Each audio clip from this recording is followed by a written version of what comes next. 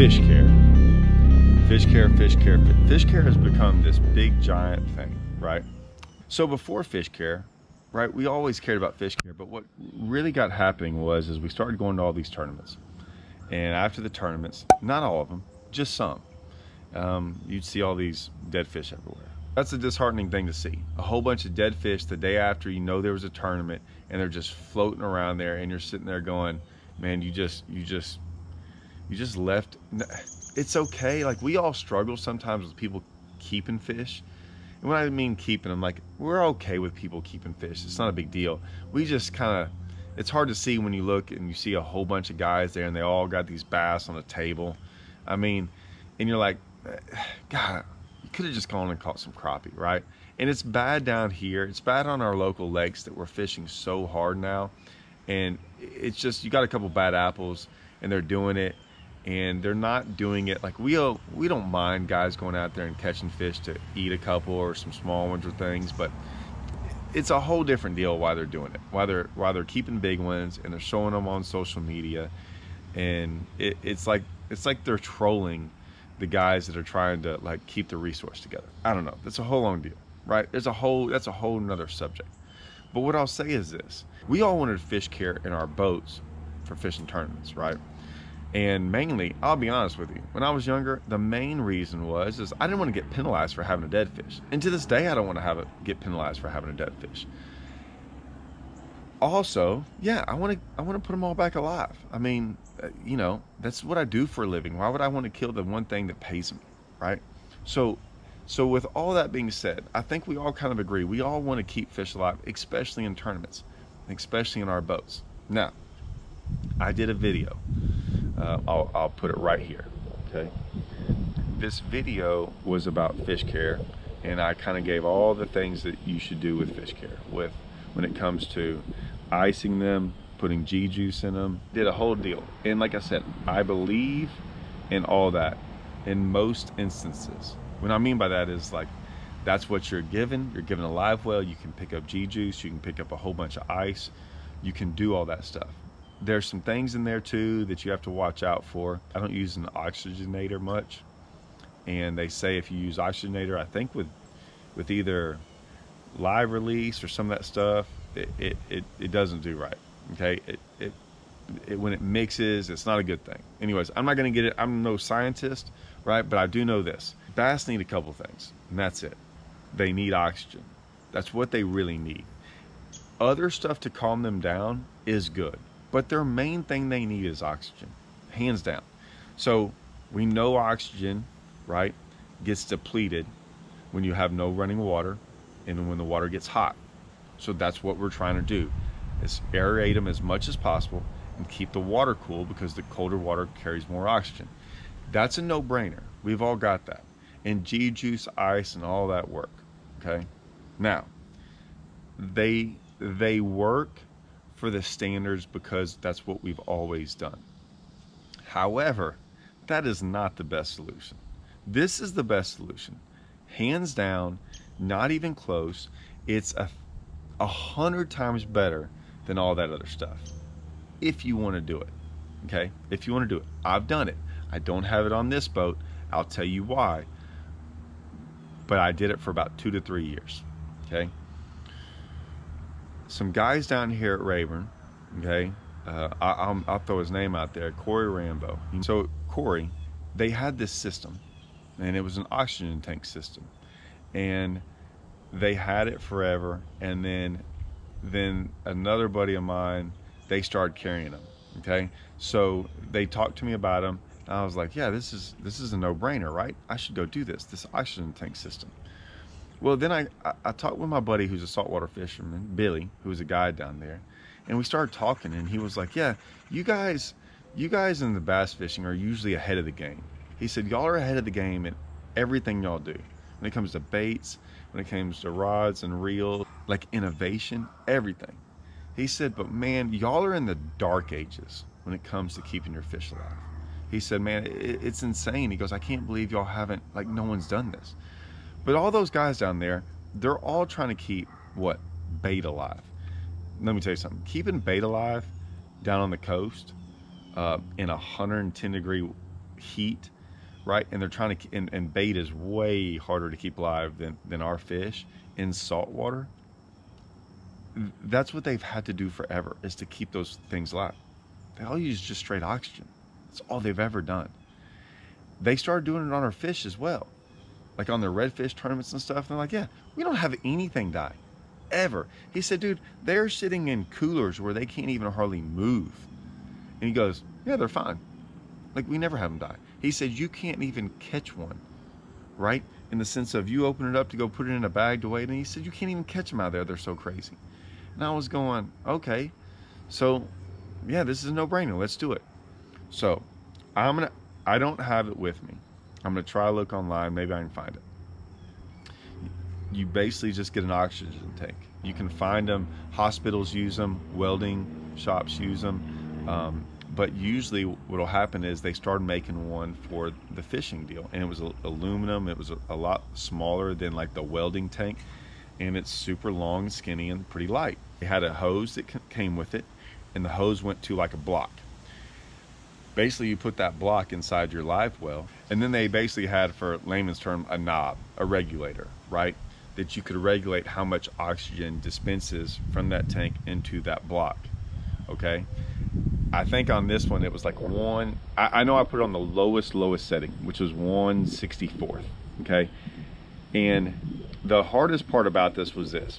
Putting the block inside the live well was easy. You had to drill a hole in your live well, so the little tube, it was like a little hose tube that you would see like on fish tanks and stuff like that, just the real small clear ones.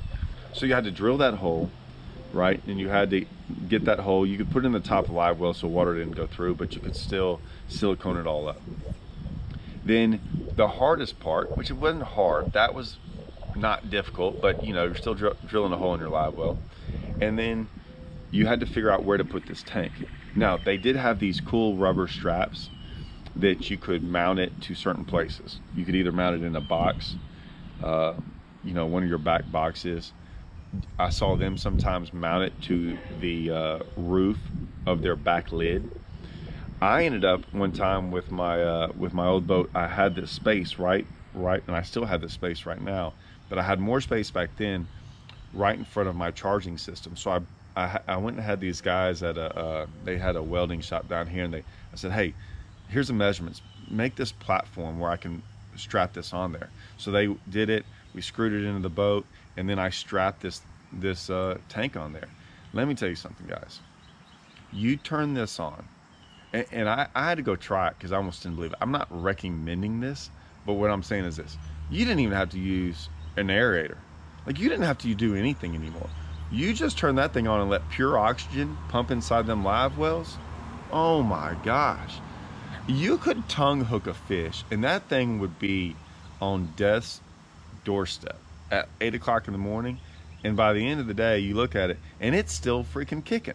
I mean, it was amazing. Now, I'm not saying it was going to live. I don't know, but my point was this. That thing wouldn't let a fish die. The other ones, the normal ones, are like, they were freaking out. Like, I don't know how many times we were very careful about opening our live well lids, all kinds of stuff. Like, it was insane how good it was right in the middle of summertime. I never used ice anymore. I never used any of that stuff. I just turned that on.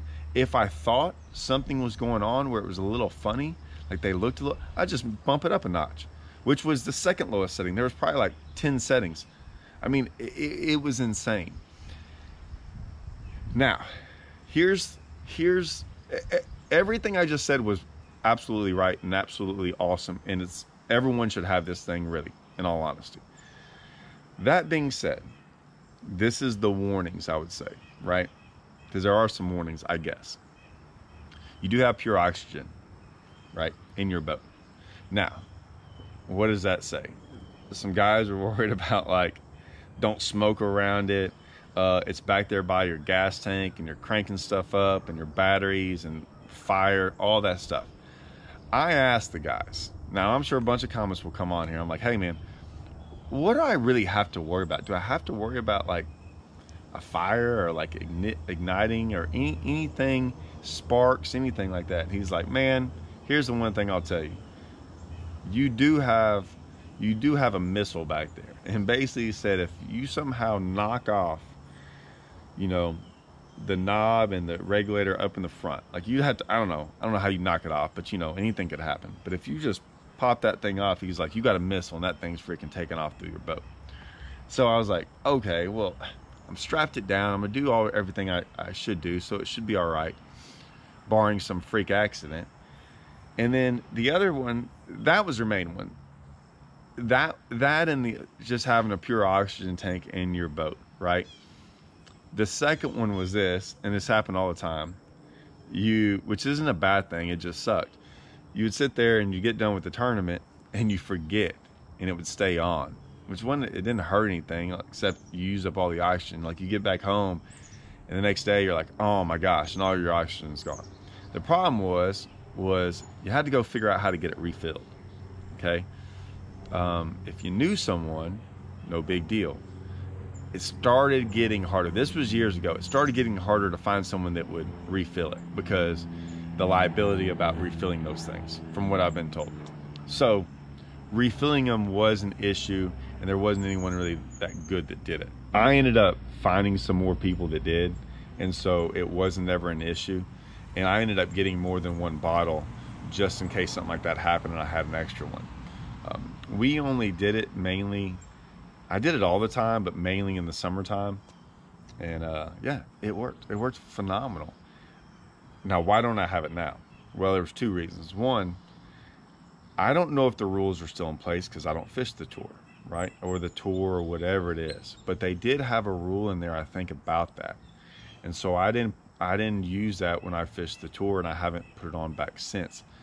That being said, that's why I stopped using it for a couple of years, and I never started back up using it again. We were fishing a ton of tournaments back in the summertime, back in those days. That's changed for us. I don't know what it is, but like we rarely have tournaments in the summertime. And so in the last tournament we had, the Brandon Belt tournament, they let us weigh in fish anytime we wanted to. So we would go weigh in fish. I think we weighed in on day one, we weighed in like 3 of our fish at like 9:30, which is cool. Those guys were like, they did that so you could weigh in fish early and not have a bunch of, you know, dead ones, and we had big ones, and it was really smart of them. I wish other tournament organizations would do it. The reason they probably don't is it's work. It was a lot more work to sit around there and have to weigh people in throughout the day, but they wanted to make sure they didn't have a bunch of dead fish floating around, and they did a really good job of that. Summer tournaments aren't a thing for us that much anymore, so we stopped kind of doing them. We do a lot of ice now and things like that, but I mean, that's the drawback. The other stuff, like I said, I put the video out there, but if you really want to know how to never let fish die, like it's like 99.9% effective. Just figure out the whole oxygen tank system, look it up online, Google it, something. Yeah, it works. It works unbelievable. Just make sure you're smart about it though, guys. Definitely ask around and ask some questions before you do it. Make sure you have everything set up the right way, just in case you have a problem. All right, hope that helps, guys. See y'all.